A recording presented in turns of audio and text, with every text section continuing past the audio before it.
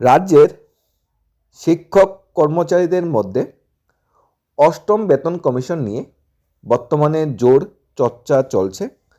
পাশাপাশি DA DR কেন্দ্র হারে দেওয়ার জোরালো দাবি বহু আগে থেকেই চলছিল, কিন্তু এখনও 22% ডিএ ডিআর পাওনা বা বকেয়া আছে, যেটা ত্রিপুরার শিক্ষক কর্মচারীরা পাচ্ছে না, যার জন্য মাসে 5 থেকে 10,000 টাকা কম বেতন পাচ্ছে ত্রিপুরার সরকারি শিক্ষক ও কর্মচারীরা, যারা ত্রিপুরা সরকার উন্নয়নে বরাবরই নিজের অবদান দিয়ে আসছে।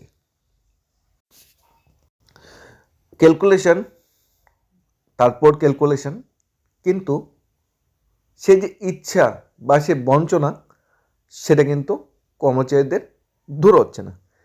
8 পে কমিশন, জোর চর্চা, ত্রিপুরা কর্মচারীরা ফিটমেন্ট ফ্যাক্টর কত পাবে সেটা নিয়ে আলোচনা চলছে। 8 পে কমিশন চালু হওয়ার আগে ডিএর পার্সেন্টেজ সর্বশেষ কত গিয়ে পুষতে পারে, নাকি বিগত সময়ের মতো এখনও যে ডিএর ব্যবধান সেটা থেকে থাকবে। ডাবল ইঞ্জিনের সরকারের সময় ফুল বেনিফিট পাবে কিনা এই নিয়ে কিন্তু ফুল চর্চা চলছে। 8 পে কমিশনে ফিটমেন্ট ফ্যাক্টর কীরকম হতে পারে, ত্রিপুরা সরকারি কর্মচারী কী কী পেতে পারে, সেগুলোই আলোচনা করার চেষ্টা করব বর্তমানে আর্থিক অবস্থার সাথে তাল মিলিয়ে। 8 পে কমিশনের আগে আমরা যদি বিগত সময়ের পে কমিশনগুলো একটু স্টাডি করার চেষ্টা করি, 1946-47 যখন ফার্স্ট পে কমিশন চালু হয়েছিল তখন ন্যূনতম বেসিক ছিল 55 টাকা। 57-59 যখন সেকেন্ড পে কমিশন চালু হয় তখন 14.2% বৃদ্ধি করা হয়েছিল বেতন ইনক্রিজ, যেটা বৃদ্ধি করা হয়েছিল 80 টাকা হয়েছিল মিনিমাম বেতন। তৃতীয় পে কমিশনে 20% বেতন বৃদ্ধি করা হয়েছিল, ন্যূনতম বেতন হয়েছিল 196 টাকা, 80 টাকা থেকে বেড়ে।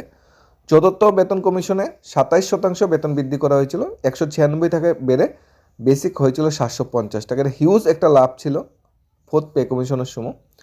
তবে 6 পে কমিশনের সময় 31% বেতন বৃদ্ধি করা হয়েছিল, 750 টাকা বেসিক হয়েছিল 2,550 টাকা। তারপর এটা ফিফথ আমরা বললাম। 6 পে কমিশনে 1.86 ফিটমেন্ট ফ্যাক্টর দেওয়া হয়েছিল, 54% বেতন বৃদ্ধি করা হয়েছিল, 7,000 টাকা বেতন হয়েছিল 2,550 থেকে 7,000 টাকা। 6 পে কমিশনে সবচেয়ে বেশি বেতন বেড়েছিল, 54% বেতন বেড়েছিল, হিউজ বেতন বেড়েছিল তখনকার সরকারি কর্মচারীদের। 7 পে কমিশনে 2.57 ফিটমেন্ট ফ্যাক্টর দেওয়া হয়েছিল, যদিও ত্রিপুরার কর্মচারীরা 2.32, 2.45, 2.57 সবাই কিন্তু 2.57 পায়নি। 14% বেতন বৃদ্ধি করেছিল, 7,000 থেকে মিনিমাম পে হয়েছিল 18,000 টাকা। এবং 8 পে কমিশনে সবাই এক্সপেক্টেড করছে ফিটমেন্ট ফ্যাক্টর 2.128, 1.92, 1.86, 2.12, অনেকে অনেক ধরনের মতো পর্যালোচনা করছে কি হতে পারে। তবে 7 পে কমিশনে 14% যেহেতু বেতন বৃদ্ধি পেয়েছিল, 8 পে কমিশনে এই ধরনের বেতন বৃদ্ধি পেতে পারে, এর থেকে বেশি আশা করাটা বেশি লাভবান হবে না। তারপরে যদি আমরা ধরি লামসাম 18,000 থেকে বেসিক, যে ন্যূনতম বেসিক সেটা ম্যাক্সিমাম 41,000 হতে পারে, মিনিমাম 18,000 থেকে বেসিকটা 30 বা 35,000 হতে পারে যদি 2.25 আমরা ফিটমেন্ট ফ্যাক্টর ধরি। আরও কিছু ডেটা যেটা বলছে, আরও কিছু তথ্য যেটা বলছে, অনেকে আশা করছে ন্যূনতম ফিটমেন্ট ফ্যাক্টর 3 হতে পারে, এটা অনেকটা বেশি আশা। কেন অনেকটা বেশি আশা সেটাও আমরা জানার চেষ্টা করি। 7 পে কমিশনের সময় ডিএর পার্সেন্টেজ ছিল 125%, অর্থাৎ অলরেডি কর্মচারীরা 2.25 বেতন পেত 6 পে কমিশনের সময়, তাহলে তাকে কিছু বৃদ্ধি করে 2.57 করা হয়েছিল। এখন ডিএর পার্সেন্টেজ 56%, 58%, মানে এখন ত্রিপুরার যে কর্মচারীরা বা সেন্ট্রাল কর্মচারী ডিএ পাচ্ছে, ডিএ মিলে 1.56 বা 58 হয় ফিটমেন্ট ফ্যাক্টর, 1.58 ফিটমেন্ট ফ্যাক্টর হয়, তাহলে তার সাথে 0.32 যোগ করা হয়, তাহলে এটা 1.9 হতে পারে বা 1.92 হতে পারে। তখন এর ছিল 125% দিয়ে, তাই বেতন ফিটমেন্ট ফ্যাক্টর ছিল 2.57। এখন তো 125% দিয়ে নয়, এখন ম্যাক্সিমাম 65 বা 70% দিয়ে হতে পারে, তাই 2.57টা আশা করাটা অনেকটা জটিল ক্যালকুলেশন হবে। যদিও সেন্ট্রালের যে ফিটমেন্ট ফ্যাক্টরটা পাবে ত্রিপুরা কর্মচারীরা সেই ফিটমেন্ট ফ্যাক্টর পাবে না। অনেক কিছু আইটেমস আছে, অনেক কিছু জিনিসপত্র আছে যেগুলার উপর ভিত্তি করে একজন সরকারি কর্মচারীর মাসে কত টাকা বেতন লাগতে পারে। ম্যাক্সিমাম 3জন কর্মচারী ধরা হয় একটা ঘরে বা একটা সংসারে, যে একটা সংসারে যদি 3জন থাকে, 3জন কর্মচারী না 3জন সদস্য থাকে কিন্তু সরকারি কর্মচারী ফ্যামিলিতে, ওই 3জন সদস্যর একটা মাস চলতে গেলে কত টাকা লাগতে পারে সেই ক্যালকুলেশনটা করে কিন্তু ফিটমেন্ট ফ্যাক্টরটা নির্ধারিত করা হয়। সেখানে ঘর ভাড়া কিন্তু আলাদা, কারণ ঘর ভাড়ার টাকাটা হাউস রেন্ট আলাদা দেওয়া হয়, মহার্ঘ ভাতার ব্যাপারটা আলাদা, মেডিকেল অ্যালাউন্সের ব্যাপারটা আলাদা, বাকি সব কিছু যেমন আমরা গ্রসারি সামগ্রী কিনতে গেলে, আমরা যদি মুদির দোকান থেকে জিনিস কিনতে যাই, আমাদের যদি ক্লোথিং প্রোডাক্ট কিনতে হয়, আমাদের যে স্টেশনারি প্রোডাক্ট কিনতে হয়, আমাদের অন্যান্য যে প্রোডাক্টগুলি কিনতে হয়, যে প্রোডাক্ট বা আমাদের দৈনন্দিন জীবনে যে জিনিসগুলো লাগে, কৃষিজাত পণ্য বা মাছ মাংস, এইগুলা খরচ কত পড়তে পারে একটা ফ্যামিলি চলতে গেলে যদি 3জনের ফ্যামিলি হয়, এর উপর ভিত্তি করে কিন্তু ফিটমেন্ট ফ্যাক্টরটা ধার্য করা হয় মার্কেট উপর ভিত্তি করে। ত্রিপুরার মতো এমনিতেই ফিটমেন্ট ফ্যাক্টর কার্যকরী করে না, সেন্ট্রালে যে কার্যকরী করা হয় সেটা অনেক কিছু দেখে কার্যকরী করে। সেন্ট্রালের ডিও জিনিসপত্রের দামের তারতম্যের উপর ভিত্তি করে, কিন্তু ত্রিপুরার ক্ষেত্রে সেটা প্রয়োজন নয়। ত্রিপুরা হঠাৎ করে মনে ধরলে একটা ফিটমেন্ট ফ্যাক্টর দিয়ে দিল, মনে ধরলে একটা দিয়ে দিল, সেটা কিন্তু আলাদা বিষয়। এখানে একটা পরিবার চলতে গেলে সবচেয়ে প্রথম যে খাদ্য সামগ্রীর প্রয়োজন পড়ে সেটা চাল কিংবা আটা, যেটা দরকার পড়ে একটা পরিবার চলতে গেলে। সেখানে মেইন খাদ্যর মধ্যে পড়ে এটা। একটা 3জন ফ্যামিলির একটা সংসারে কত টাকা লাগতে পারে মাসে চাল ও আটা বাবদ, সেটা প্রথম ক্যালকুলেশন করা হয়। ধরে নিলাম 3,163 টাকা 50 পয়সা চাল এবং আটা বাবদ প্রতি মাসে খরচ হয় 3জনের ফ্যামিলিতে। তারপর নেক্সট যেটা আমাদের লাগে সেটা ডাল। তারপর যেটা লাগে সেটা ভেজিটেবল, যেমন ফুলকপি, বাঁধাকপি, বিভিন্ন শাকসবজি যেগুলো লাগে, আলু, পেঁয়াজ যেগুলো লাগে, রসুন এবং বিভিন্ন সবজি যেগুলো লাগে, সেখানে 1,000 টাকার মতো খরচ হয়। গ্রিন ভেজিটেবল প্লাস আদার ভেজিটেবল প্লাস ফুডস একটা পরিবারে প্রতি মাসেই খরচ হয়। মিল্ক লাগে প্রতি পরিবারে প্রতি মাসে। Sugar, edible oil, fish, meat, egg, detergent, clothing, এগুলো অনেক কিছু প্রোডাক্ট যেগুলো একটা প্রতিবার মাসে চলতে গেলে লাগে। ন্যূনতম 20,920 টাকা লাগে এই জিনিসগুলি ক্রয় করতে একটা পরিবারের বর্তমান সময় দ্রব্যমূল্যের বাজারে চলতে গেলে।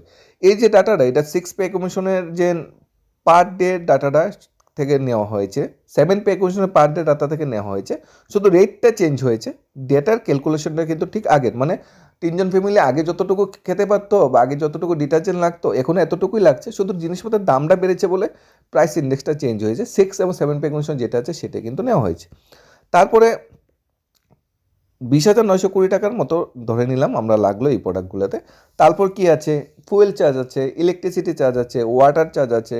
তারপর যদি কোনো অনুষ্ঠান থাকে একটা পরিবারে, ম্যারেজ, রিসেপশন, ফেস্টিভ্যাল, তাছাড়া স্কিল যদি অ্যাড করতে হয়, পড়াশোনার জন্য কিছু, এডুকেশনের জন্য কিছু খরচ বা হাউজিংয়ের জন্য কিছু খরচ থাকতে পারে।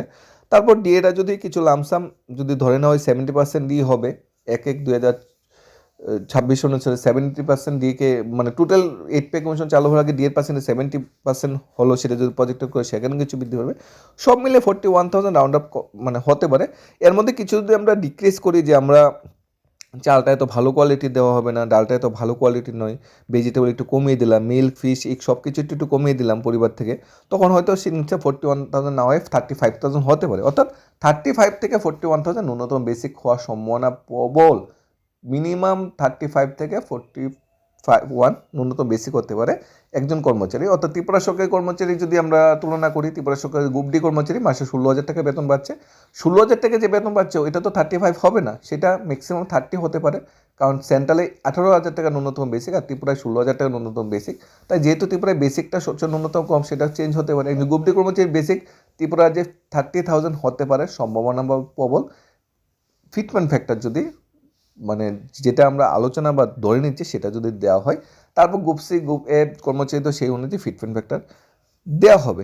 ত্রিপুরা সরকারি কর্মচারী ফিটমেন্ট ফ্যাক্টর অনুযায়ী গ্রুপ ডি কর্মচারী 30,000 টাকা ন্যূনতম বেসিক হওয়ার সম্ভাবনা প্রবল, যদি রাজ্য সরকার সেন্ট্রালেরটা হুবহু ফলো করে। যদি হুবহু ফলো না করে, ত্রিপুরা সরকার তো আবার কেন্দ্রের সরকারের মতো নয়, ত্রিপুরা সরকার তো কেন্দ্র থেকে টাকা পাচ্ছে না, আর্থিক অবস্থা ভালো না, তখন মাননীয় অর্থমন্ত্রী বাণিজ্য সিং রায়, মাননীয় মুখ্যমন্ত্রী, মন্ত্রিসভার সদস্যরা সবাই বসতেই পারে, সেখানে বসে সবাই একটু কমিয়ে টমিয়ে ফিটমেন্ট ফ্যাক্টরটা করতেই পারে, যেটা বামপন্থী সরকার 2017 সালে করেছিল। ফিটমেন্ট ফ্যাক্টর 2.5 2.25 দিয়েছিল। এরপর শেষ অন্তর্জলি যাত্রা তো বামপন্থী সরকার হয়েছিল, কারণ কর্মচারী বঞ্চনা করে বেশি দিন টিকা থাকা যায় না। এবারও যদি সরকার মনে করে কর্মচারী বঞ্চনা করে 2018 গন্ডি পার হয়ে যাবে, ফিটমেন্ট ফ্যাক্টর কম দেবে, সেটাও বিরাট বড় একটা ভুল হবে। বর্তমান সময়ে এদিকে ফিক্সড পে যন্ত্রণা, এদিকে সর্বশেষে শিক্ষক নিয়মিতকরণ, একদিকে ডিএ কম দেওয়া হচ্ছে, এদিকে এমএসসিপি দেওয়া হচ্ছে না, এদিকে গ্র্যাজুয়েটের পরিমাণ কম, এদিকে হাউজেন কম। প্রত্যেকটা পদে পদে যদি বঞ্চনা করে রাখা হয়, তাহলে সেই বঞ্চনার যে কাহিনীটা সেটা বুটবাক্সে পড়বে না তো। তাই সরকারের ভাবনা চিন্তা করেই কিন্তু একটু এগোতে হবে, কারণ অনেকগুলা চ্যালেঞ্জ সরকারের কাছে সব বর্তমান সময়ে ত্রিপুরার কর্মচারীদের মন জয় করার জন্য, ত্রিপুরার কর্মচারীদের বুটগুলা নিজের কাছে টেনে আনার জন্য। তাই যতটুকু আশা করা যাচ্ছে ফিটমেন্ট ফ্যাক্টর 1.92 থেকে 2 হতে পারে, এর থেকে বেশিও হতে পারে, সম্ভাবনাময় খুবই কম। কারণ এখন যদি আমরা আশা করি ফিটমেন্ট ফ্যাক্টর, যদি আমরা আশা করি নিই 2.57 হবে, তাহলে বেসিক 50% বেড়ে যাবে। আর এই 7 পে কমিশনের সময় টোটাল বেতন 14.29% বেড়েছিল, তো 8 পে কমিশনে কি 35-40% বেতন বেড়ে যাবে? সেই 14 বা 15 বা 16 হতে পারে। এবং সবচেয়ে কম ফিটমেন্ট ফ্যাক্টর হতে পারে, সবচেয়ে কম ফিটমেন্ট ফ্যাক্টর পেতে পারে ত্রিপুরা সহ সেন্ট্রালের কর্মচারী এবারে পে কমিশনে। বিগত যদি 6টা বা 7টা পে কমিশন ধরি, তখন যে ফিটমেন্ট ফ্যাক্টর ছিল তার থেকে 8ম বেতন কমিশন সবচেয়ে সর্বনিম্ন ফিটমেন্ট ফ্যাক্টর হতে পারে কেন্দ্রীয় সরকারি কর্মচারীর জন্য। রাজ্য সরকারি কর্মচারীর জন্য সেই পথেই এগোবে, সেই পথেই হবে। রাজ্য সরকারি কর্মচারীর ফিটমেন্ট ফ্যাক্টর এমনিতেই এখন অনেকটা কম, পুরো ফিটমেন্ট ফ্যাক্টর দেওয়া হচ্ছে না। এখন 8 পে কমিশনে পুরো দেওয়া হবে কিনা সেটাও সন্দেহমান। দিয়ে নিয়ে রাজ্য সরকার কর্মচারীরা সবসময় বঞ্চিত হয়ে আছে। এখন সবার একটি আশা, 8 পে কমিশন সমস্ত কিছুর সলিউশন, সমস্ত কিছুর সমাধান।